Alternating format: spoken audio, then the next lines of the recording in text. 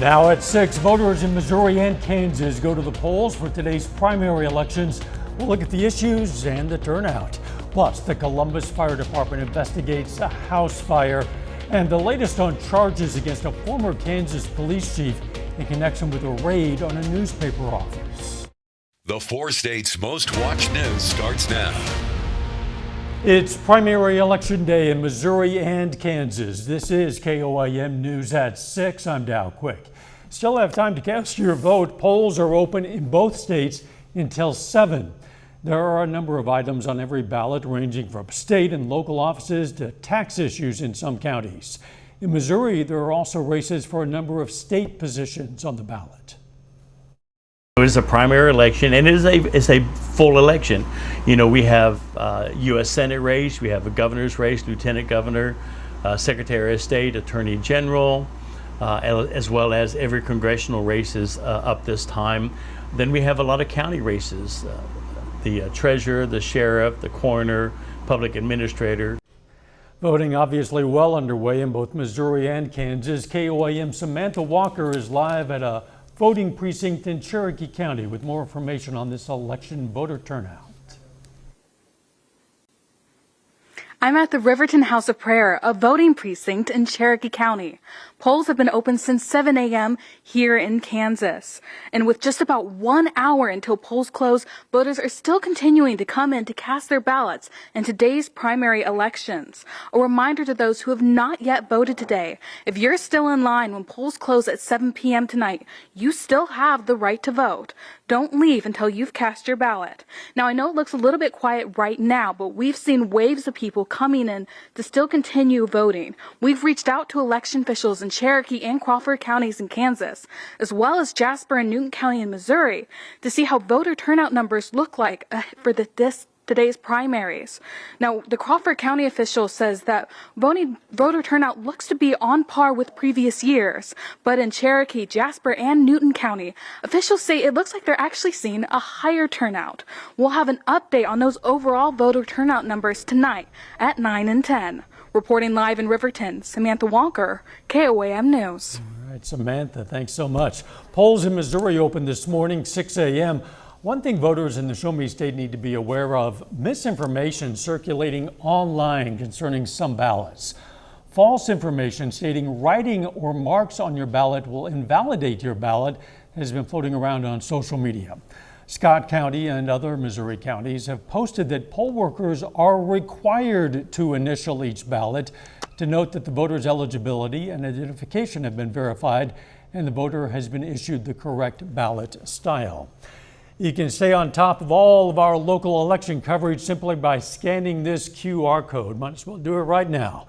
It'll take you right to the elections page of our website, where you can see live vote updates from all active counties in our area and more.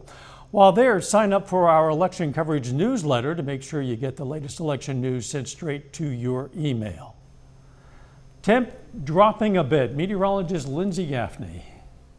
Temperature is already getting down to the lower 90s as that cold front has made it through. It is a weaker cold front, so temperatures only drop for the next 12 or so hours before warming back up. And you can see we've got some gusts up to about 25, even 30 miles per hour ahead of that frontal boundary. So it's nearly through most of our counties. You can start to see where the temperatures shift. 97 in Neosho, 91 in Joplin. So right in between those two cities, that's where we see that boundary has made it. 84 in Stockton, 85 in Fort Scott, Nevada, 84 in Chanute, 90 in Neodesha, but in the southern counties still 101 in Grove, 102 in Jay, 99 Anderson, Veneta. So we're still in some warmer conditions, and in those southern counties they still have a heat advisory until about 9 p.m. tonight. Luckily, temperatures do cool down, and I'll talk about it in just a bit. See you soon. The Columbus Fire Department is investigating the cause of a house fire from last night. It happened on the 400 block of South Vermont Street. Authorities say the flames were so intense they melted the siding on a neighboring house. Residents were not home at the time of the fire, and there are no reports of injuries.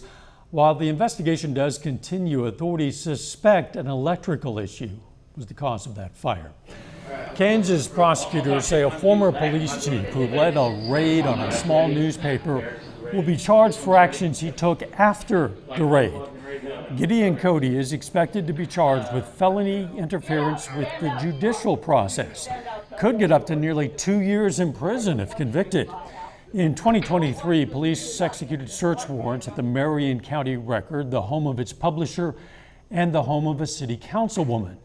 The sheriff's office suspected a reporter illegally obtained driving records on a local restaurant owner. Prosecutors didn't elaborate on the nature of the charge against the former police chief, but it was related to a text exchange with the restaurant owner after the raids. The special prosecutors also determined the newspaper did not break any laws in getting the driving records. The president of Via Christi Hospital in Pittsburgh announces his retirement. Drew Talbot, who will step down after 30 years of service to the hospital. Talbot joined Via Christi back in 1996 and has served as president of the Pittsburgh Hospital for the past 4 years. Talbot's final day as president comes one day before Via Christi Hospital in Pittsburgh transitions to the sponsorship of Mercy Health System. That'll be on September 1st. Missouri Southern looks to roar into the 2024 football season. John Dales has this story from the Lions fall camp. That'll be later in sports. But up first, a young girl starts the long road to recovery after surviving a dog attack in southern Missouri. A Mansfield, Missouri girl has a long road to recovery ahead of her after a dog attack left her family wondering if she would even survive. Happened last week in Wright County. Adam Woodbury has her story. Pearl's a normal, precocious little 6-year-old girl. She's just out in front after breakfast playing around like little girls do. A little 6-year-old Mansfield girl facing a long uphill battle. The Hartley family was eating breakfast back on July 29th. Pearl had finished hers and went out to the yard to play. And they heard the screams. The family was dog-sitting 3 of their friends' pets, which turned on Pearl when she went into the yard. It was just pretty difficult to get them off. They finally did. But the damage that they had done was horrific. Stephen Randolph is a close family friend, one who's known Pearl all her life. He said he found out what happened as Pearl was on her way to Mercy Hospital in Springfield for emergency surgery. So he went to the hospital himself to meet the rest of the family. One of the Mercy surgeons came out and said, we've done all we can, but we don't have pediatric specialists here like she needs. Pearl was flown to Mercy Children's Hospital in Kansas City, where she's had blood transfusions and 4 more surgeries. The Wright County Sheriff's Office, who was unavailable for comment today, told KY3 immediately after the attack they responded to the home on Highway 5 in Mansfield. The Sheriff's Office also said they were still investigating and looking at whether there would be any criminal charges. In the meantime, Pearl and her family are still in Kansas City as she faces one of the biggest battles of her life, needing more surgery, blood, plasma, and mounting medical bills. I can't imagine what the cost of all this is going to be. This girl is facing many surgeries ahead of her. And as Pearl goes through her fight, Randolph says a prayer would go a long way. A little later, a healthcare provider in southwest Missouri invites the public out for some good food and good advice. And we're on the road to cooler temperatures. We'll talk more about that in just a second.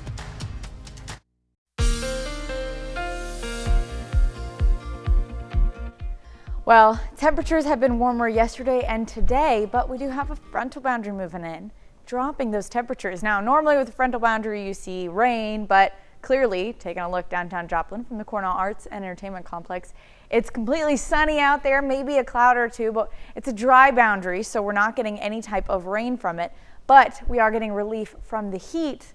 Unfortunately, not in time for heat advisory to still be in effect until about 9 p.m. tonight, and then those southern counties finally get some cooler temperatures. Now, you can kind of see on the satellite imagery where the cloud line is, that is where that frontal boundary is moving in, bringing in cooler, drier air mass. It's a weak boundary, so that's why we're not getting a lot of rain from it, and we're also not seeing a prolonged, temperature cool down. It's only going to be for tonight, maybe in the morning as well. Let's see, dew points are a little higher along the boundary. You can kind of see where that line of 71, 72 degree dew points are, and then drier behind the line. That continues for the next couple of days, so it is a drier air mass. We're going to be in the 60 to maybe 65 degree range, so not so bad, and temperatures have dropped down to the lower 90s, but they're going to continue to drop even further than that as another boundary moves in a little bit later this week. But until then, we see unseasonably cooler temperatures this evening, down to 68 degrees by midnight, but even cooler than that, low 60s for our overnight low. We're about 64 in Joplin, 65 in Miami, 63 Yates Center, Iola, 62 Nevada. So that's the temperatures for our overnight low. Warming back up, unfortunately, to the low 90s, mid 90s in those southern counties as well. A little bit cooler, about 5 degrees cooler than what they were today. But unfortunately, it's not going to last too long. And temperatures again on Thursday getting up to mid 90s as well. But like I said, we've got a secondary frontal boundary, a little bit stronger than the one moving in tonight. That's moving in on Thursday morning. And since it's stronger, we're going to see a few more showers and thunderstorms firing up along the boundary as it moves into the area. So it's going to be early Thursday morning, just for a couple hours, and it dissipates as it moves through our area, but still bringing a few showers to those northern counties. Not going to be a lot of accumulation, but a few showers, not so bad. And then after that, temperatures drop down to the mid to upper 80s for the next couple of days, weekend, and even into early next week. We also have more rain chances, so Saturday about midnight, we see some more rain moving in to give us a rainy Saturday afternoon, and those chances continue all through the weekend and into midweek next week. So after that frontal boundary moves in tonight, temperatures drop a few degrees, 5 to 10 Wednesday and Thursday. Thursday morning, we've got a secondary boundary moving in, bringing in cooler air again, dropping temperatures down to mid to lower 80s by the weekend, but about 87 Friday, 82 Saturday. Then those rain chances continue for the weekend into early next week. Unfortunately, it is still August, so temperatures warm right back up after another warm front moves in on Wednesday, back up to upper 90s and even triple digits. Yeah, some highs in the 80s ahead. Boy, we'll take that in August. I'm definitely going to enjoy it. Thanks, Lindsay. Diners in Miami, Oklahoma got a chance to grab a bite to eat and support a good cause today. The Arby's on North Main Street teamed up with the Miami Public Library to host a tasty fundraiser to benefit Dolly Parton's Imagination Library program. 20% of the money made from drive-through and walk-in orders went to the library to help bring the joy of reading to even more kids in that community, thanks to the Friends of the Miami Public Library. If you happen to be close to the Webb City Farmers Market, you should know the Webb City Fire Department is handing out free child identification kits at the Farmers Market, but only until 6:30 p.m., so you'll have to go right away. The kits include a card parents can fill out with information about the child, including their address and medical information. Kids can also receive a free kids meal. Still ahead, football season's around the corner in the 4 states, and Missouri Southern is on the practice field early this morning. John Dale says that story and more coming up next.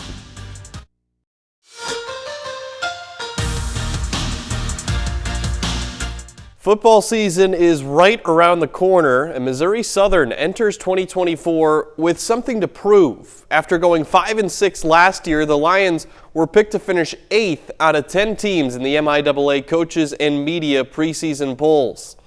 MSSU is on the practice field for day 2 of fall camp early this morning. The Lions are just 23 days away from their season opener on the road at Midwestern State. Now, with the quick turnaround from practice number 1 to game number 1, the Lions are focusing on the small things that they can control in these first few weeks. At this point, everything's about energy, effort. It's about, we know it's day 1, it's day 2. We are far from a finished product. But you want to make sure the energy's there and guys are working on their craft and making sure we're getting better. It feels great. We had a good summer this summer. We were working hard, so it's good to be able to get back out here and start putting that towards football and, towards a game where we can actually go out there and show what we can do. And I feel like we're a little bit ahead of where we sometimes have been in the past. So, just trying to make sure that we got it all down and we're ready to go out there and execute at a high level. The inaugural season for the Joplin Outlaws as a member of the Mid-America League is quickly coming to a close. The Outlaws have already clinched a spot in next week's playoffs, but play their final home games of the year over the next 2 days. Joplin is at home this evening, taking on the Fort Smith Marshals. First pitch is at 7:05. Their final home game is tomorrow night. After wrapping up the regular season on the road this weekend, the playoffs are set to begin in Abilene, Texas, a week from tonight. I'll give you a score update from Joe Becker Stadium later this evening. Over to Major League Baseball, the second half of the season has not been kind to the Cardinals thus far. The Redbirds have gone 7-10 since the All-Star break. They find themselves 4 games out of the National League's final wildcard spot entering this evening. Good news is there's still plenty of time for St. Louis to turn things around. After losing a makeup game 6-0 to the Mets yesterday, the Cardinals are at home against the Rays tonight. First pitch just about 20 minutes away. Sonny Gray is the expected starting pitcher for the Cardinals. Now, the Rays have been playing good baseball since the All-Star break. So are the Royals. They're 11-6 to this point in the second half of the season. Tonight, they play the second of a 3-game set against the Red Sox. That's in Kansas City. Boston won the first game last night 9-5. First pitch in Game 2 is 7:10. I'll keep you updated on this score as well. Over at the 2024 Olympics in Paris, this result comes as no surprise to our viewers. Team USA men's basketball continues its dominance, beating Brazil 122-87 in the quarterfinals. The Americans will face Serbia in the semis on Thursday, and Team USA has qualified for every semifinal since basketball became an Olympic sport back in 1936. I was watching this game. Brazil was kind of hanging around early. It was an 8-point game in the second quarter. I looked away for a few minutes, came back to a 27-point game at halftime. Yeah, and ended up as a wider margin than that. We'll be right back. Here's a look at what's coming up on KOAM News at 9 on Fox 14 tonight. Of course, we're going to have the very latest election results from dozens of today's races and ballot questions from all across the area. Plus, Vice President Kamala Harris holds her first campaign event with her new running mate, Tim Walz. And the stock market bounces back some after a 3-day dip. What that means for the overall economy. Those stories, a lot more. It's coming up tonight. KOAM News at 9 on Fox 14. Community members in Neosho, Missouri turned out for some food and health advice. Access Family Care invited the public out to celebrate National Health Week. Hot dogs, chips, and popcorn were provided, while Access Family Care offered information on how to stay healthy and avoid chronic diseases. We celebrate the benefits of providing medical, dental, and behavioral health care, primarily to people that are underserved, primarily low income, but we will see anybody. Access Family Health Care serves multiple locations in Southwest Missouri, including Joplin, Lamar, and, of course, Neosho. It's been hot lately, but things are trending in the right direction as far as the temperature. Yes, we have 2 cool downs this week, one starting tonight, so temperature drop 5-10 degrees over the next couple of days. And then the next cool down will be Thursday morning, along with some rain. Temperatures drop down to the mid to lower 80s for the weekend. Yeah, as high as that sounds pretty good in August. Final sports note. I'll have more from the Missouri Southern Lion football team later tonight. Again, like I said, that's a team with a lot to prove in 2024. See what they can do. Thanks for joining us. We'll see you right back here for KOAM News at 10 and our election coverage. Let's make it a great evening.